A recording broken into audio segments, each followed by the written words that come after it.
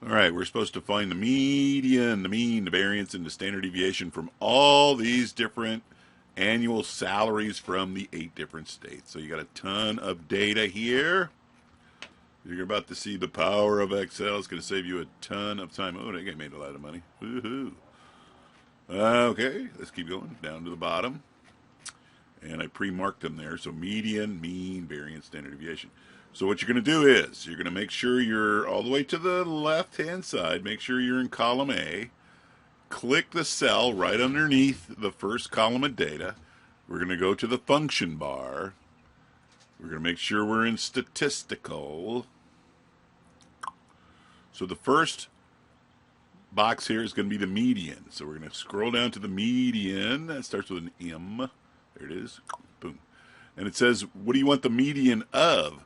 And never trust these numbers, but double check them. So it starts at A8. That's what this says. It starts at A8. And right, that's the first one. Now the last one should be A219. I'm going to scroll down and we'll take a look, make sure it is 219.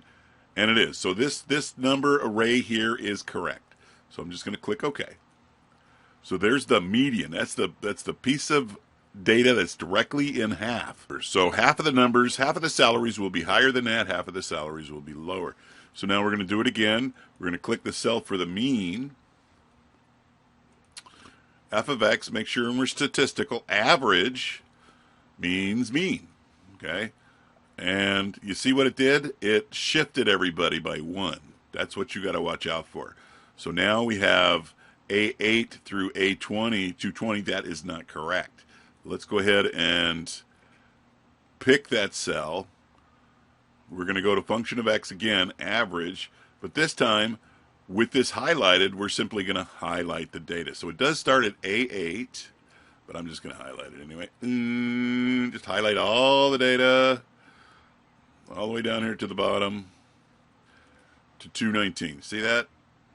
Click OK.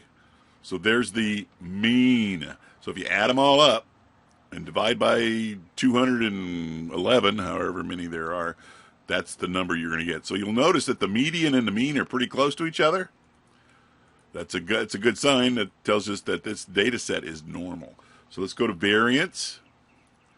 I'm going to click on that cell, go to F of X, make sure you're in statistical, scroll down here to the variance.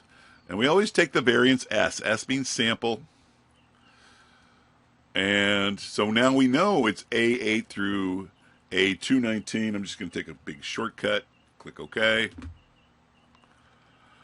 And there is the variance. Remember, the variance, that's a big number. There's the variance. The variance is the distance away each individual salary is from the mean salary squared. That's what that is. That's going to be a big number. Last one, standard deviation. I'm going to show you a different shortcut. I'm going to go up to the function bar and type in equals. And just start spelling standard deviation, and it pops up. So Saint Dev S. Again, we always take from samples. And we want the entire number row. You can start at the bottom, go to the top if you want. Right, so it's A8 through A219, close parentheses, enter. And there's a standard deviation. That's the average distance away each salary is away from 59,760. So the average distance is about $14.4 thousand away. Now here comes the cool part. So if you did it for one column, you click and drag all 4 columns. You take your cursor, you see the white cursor, to the bottom right-hand corner where that little box is, and when it changes to that black X, click and drag, and it does them all. So what it did was it dragged the formulas over and automatically changed the A to B, B to C, etc., etc. It is intuitive. It knows how to do that. So that is how you do this quickly in Excel. MGZ out.